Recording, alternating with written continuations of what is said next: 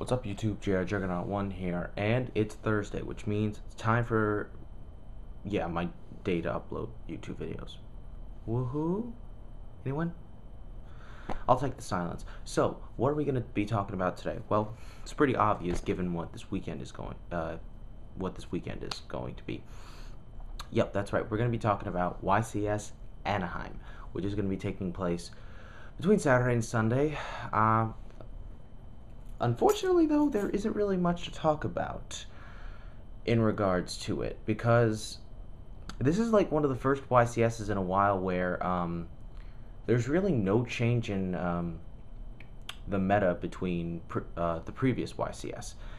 I mean, let's be honest here. Nothing new was released. The only thing that's really changed was the fact that the meta is actually gaining a shape. But is there anything that unexpected that's going to happen? Not really, just because we have a good idea of the decks that are going to be represented at the event. I think what people are kind of more excited for, though, is whether or not, is kind of who's going to win. I mean, there's a lot of favorites going around from what I understand. I've been hearing from Jarrell Winston that he's determined to top this weekend. What deck he's running, I'm not going to give it away. If you have him on Facebook, you can find out for yourself. But just out of courtesy, I'm not going to say anything. Let me see. Billy Break is looking to get his 10th top, his 10th YCS top, which is pretty exciting. And especially because everybody is saying 10th time will be the charm for him, which makes sense if you think about it, but I don't even know what he's running yet, so we'll have to see what happens.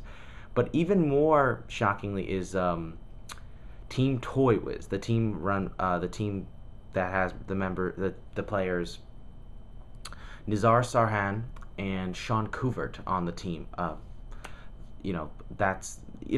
They're trying to win they're trying to get another title for their team, which I don't know how I actually feel about it, because they're a good team, don't get me wrong, but do we really want to see their team dominating us like that and feel I don't know, trampled on, sort of? I don't know. I mean, when Nizar won YCS Dallas, I had mixed feelings about it, because on one hand I was thinking, yeah, I don't like the fact that Six Sam's won, but I was also like, well, this guy kind of gives some players inspiration, because from what I understood, he had never topped at a YCS before, or SJC, or whatever, and it kind of gives players the feeling of, wow, it is possible to win an event for the first time without even topping first. I mean, yeah, a lot of people will argue it was because of the deck he was running and the given state of the format, but even so, I mean, the fact that he topped at Charlotte, top 8, kind of says something in my opinion, but I mean, take it for what it is. It's really up to you guys. But let's see, what else, so what is going to be my prediction for the winning deck, you might ask?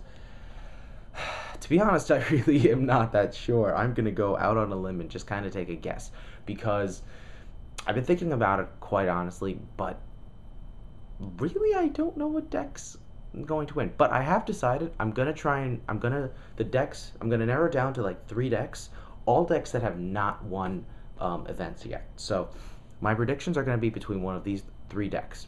First one, Dragoonides. I like Dragoonides because it's a very fun deck.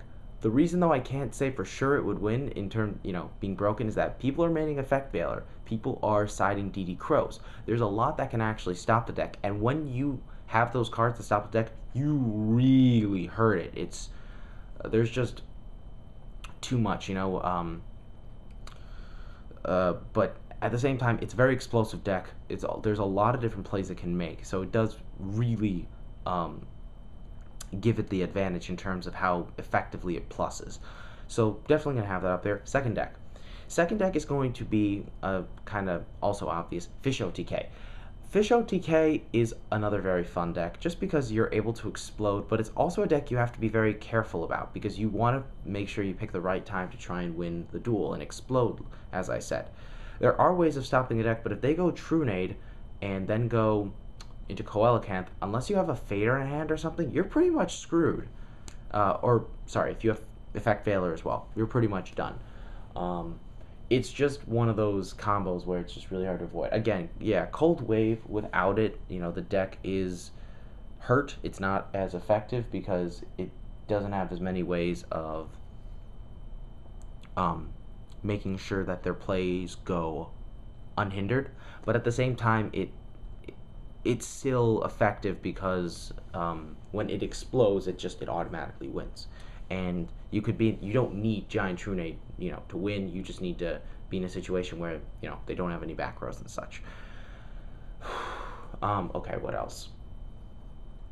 What was the third deck? I had this on the tip of my tongue, and yet now I'm like kind of losing it. What was it? Oh, right, Miracle Gemini. Yeah, Miracle Gemini. I'm going to have high hopes for that deck again, even though I really don't want it to win, just in the sense that I don't want the cards to go up in value. As I said, I want to make the deck one day, and I can't even get all the stuff together for it. I mean, as I said, it's not just the pod dualities. I still need one more Absolute Zero. I still need 2 E-Hero guys, and those things are going for like 30 each right now. Ridiculous.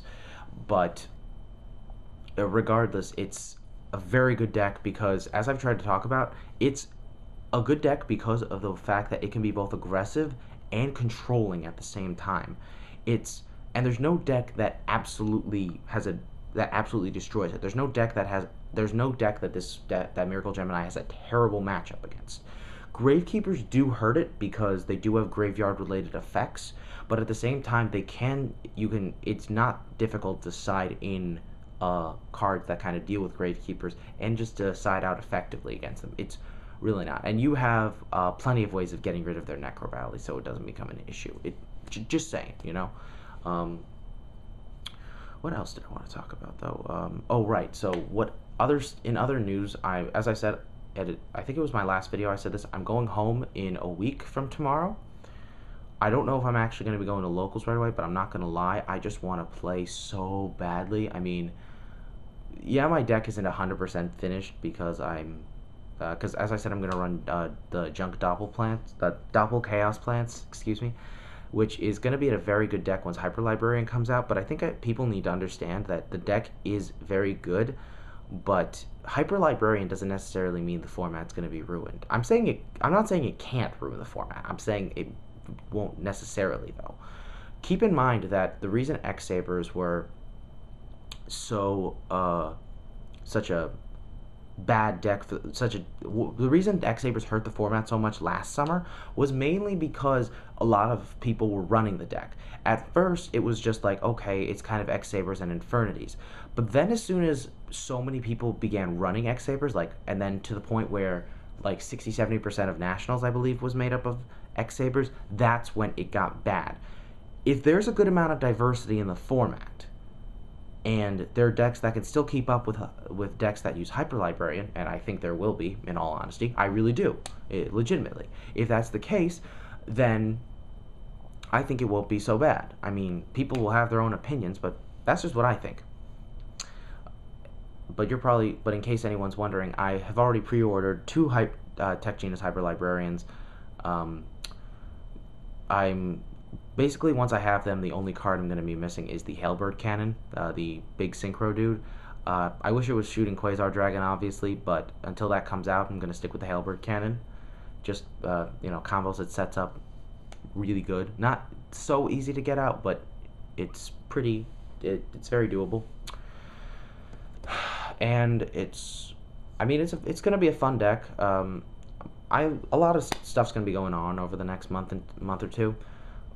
I will update you guys then, but I guess I can tell you now, I will try to have a contest as soon as finals are over, or maybe before, actually. I'm going to try and set up a contest, and I'll probably have it end right around Nats. That's just in the making right now. Prizes and stuff I still have to figure out, though, because I have to check my binder at home, and then I'll see what I can give, because I'll be honest with you guys, I'm not going to have the best prizes, because as much as I want to give out some good stuff, I don't have a huge amount of cards that, I have a good amount of valuable cards, but they're all cards that I need to hold on to simply because they're, staple cards. So, I'll see what I can do, but, I'll try to have some sort of contest, because free cards are free cards, right?